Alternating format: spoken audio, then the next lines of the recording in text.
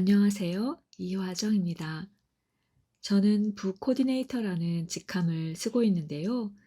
제가 정의하는 북 코디네이터의 의미는 책과 책을 연결하고 책과 사람을 이어주는 역할을 하는 사람입니다. 좋은 책을 열심히 찾아 읽고 책의 연결고리를 꿰어나가며 저의 삶을 가꾸고 다른 사람의 삶도 함께 돌보는 일을 하고 있습니다. 책을 열심히 읽다 보면 쓰고 싶어지는 순간이 찾아오는 것 같아요.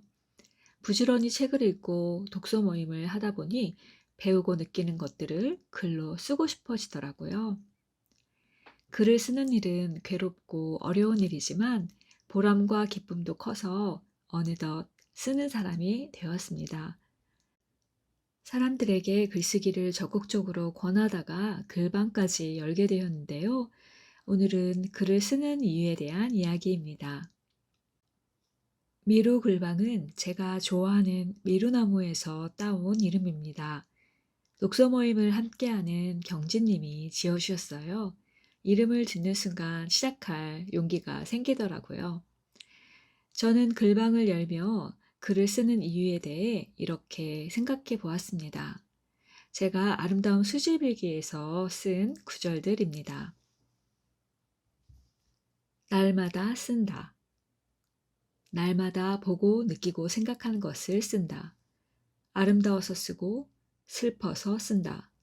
내 앞에 놓인 문제가 가장 크고 무거운 것인 양 과장하지 않기 위해 애쓴다.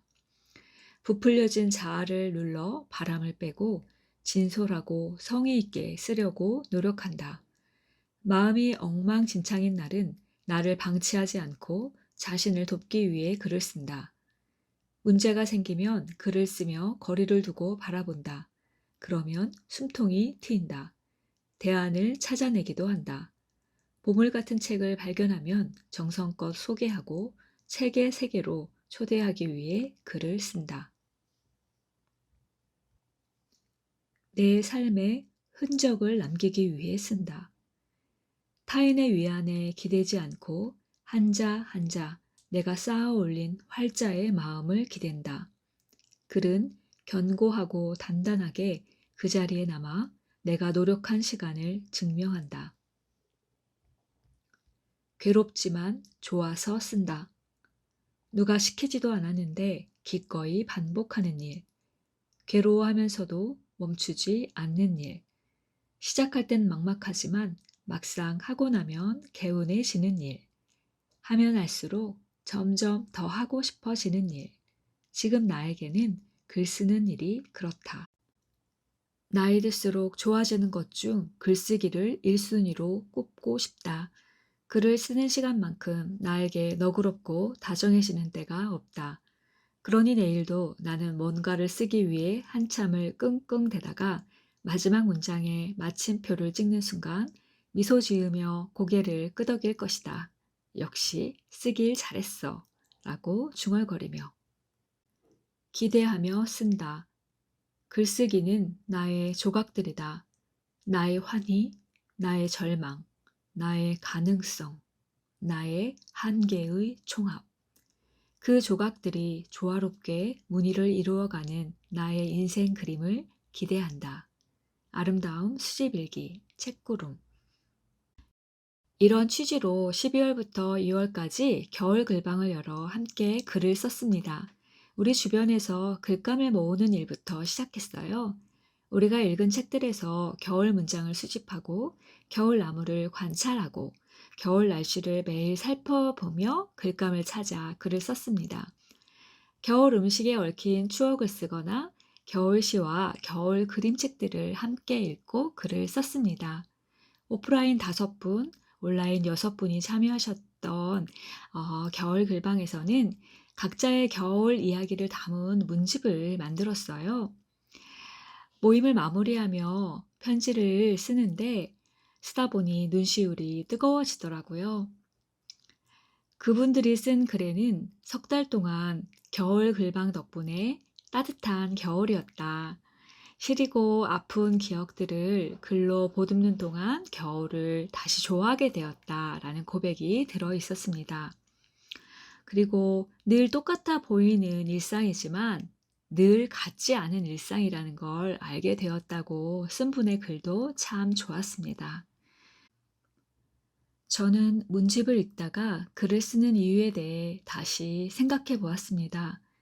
겨울 글방에서 만난 분들 덕분에 글쓰기를 더 좋아하게 된 저를 발견했고요. 그래서 참 감사했습니다. 나이가 들수록 저는 글쓰기에 더 깊이 매료될 것 같아요. 6편의 글을 묶은 작은 문집이지만 프롤로그와 에필로그를 쓰며 느낀 감동은 컸습니다. 소멸하고 퇴색해가는 것들 사이에서 글쓰기를 통해 무언가를 창조하는 작업이라면 어떻게든 멈추지 않고 잘 해내고 싶다는 생각을 하기도 했습니다.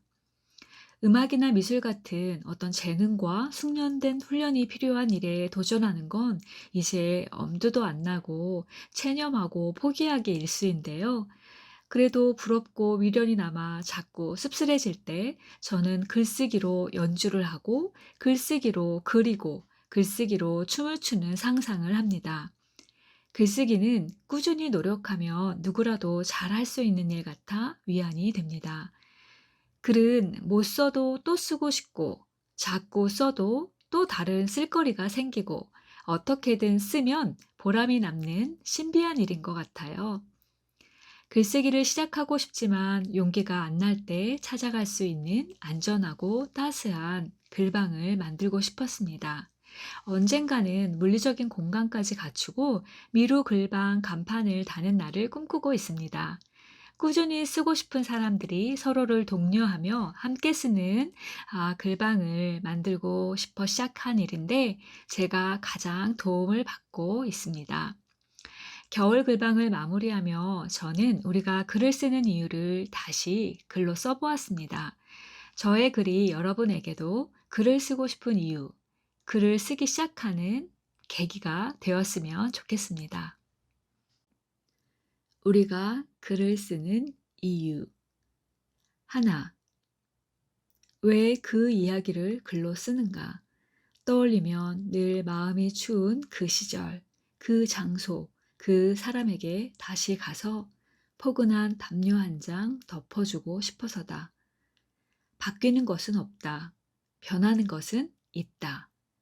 있었던 일이 없던 걸로 바뀌지는 않지만 매번 슬픔으로 떠오르던 기억이 달라질 수는 있다. 글을 쓰며 매만지고 보듬은 만큼 슬픔의 얼룩이 조금은 옅어지거나 다른 무늬로 남을 수도 있다. 글을 쓰는 행위는 가장 먼저 내 안의 온기를 높이는 일. 쓰고 또 쓰다 보면 누군가의 시린 가슴도 안아줄 수 있을지도 모르는 일.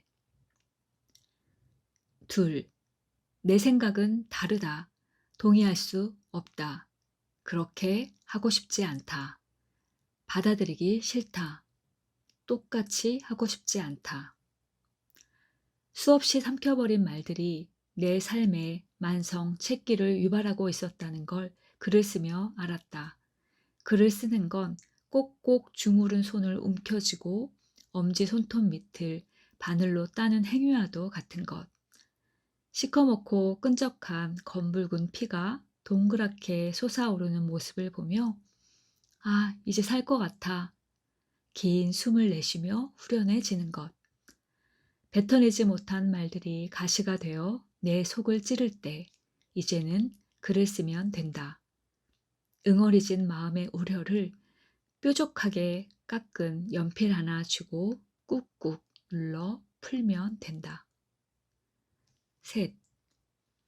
속절없이 흐르는 시간 앞에서 몸도 마음도 그 속도를 따라가지 못해 막막해지는 순간이 있다.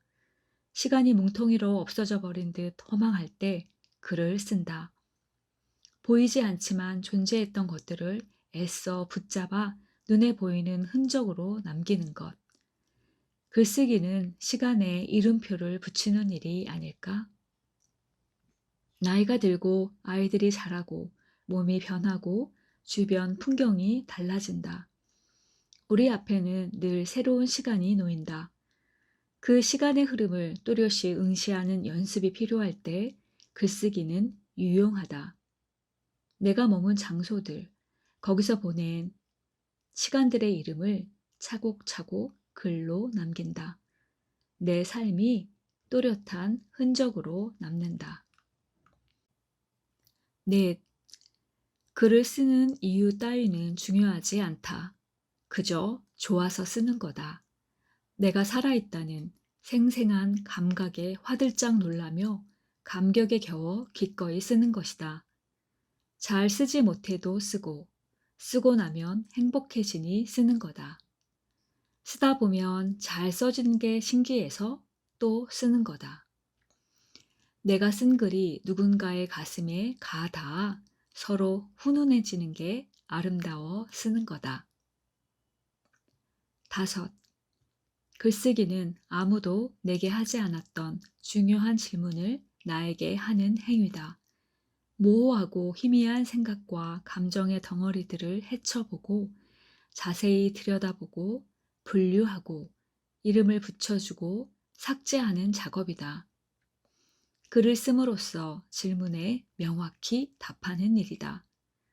내가 왜 그걸 하고 싶은지, 무엇을 위해 하는지, 그래서 어떤지에 대해 가장 먼저 나에게 설명하고 납득시키고 신념을 다지는 일이다. 그러니 글을 쓴다는 건 내 삶에 대한 주도권을 내 손으로 펼치며 살겠다는 의지를 가장 적확하게 드러내는 행위다. 저는 이 글을 쓰고 나서 제가 좋아하는 책 한 권을 꺼내들고 다시 읽어보았습니다. 제가 세상을 바꾸는 일을 할 수 있으리라고는 생각해 본 적이 없습니다만, 제가 좋아하는 이 구절을 읽을 때마다 조금씩 용기가 납니다. 글로 풀어내는 동안 그 순간의 의미가 분명해지기도 한다. 때로는 이해하려고 무던히 노력한 후에야 비로소 깨달음이 찾아오기도 한다. 어쨌든 훌륭한 에세이는 언제나 깨달음을 준다. 에세이는 단순한 패턴을 따른다. 내가 얻은 깨달음을 다른 사람들과 나누기. 그러면 놀랍게도 세상이 바뀐다. 메리 파이퍼, 나의 글로 세상을 1mm라도 바꿀 수 있다면. 티라미수. 우리가 쓰는 글이 0.1mm라도 세상을 바꾸는데 기여할 수 있다면 용기 내어 글을 써봤으면 좋겠습니다. 나만의 고유한 경험담도 누군가에게 작은 도움이 되리라는 믿음으로 글을 써보세요.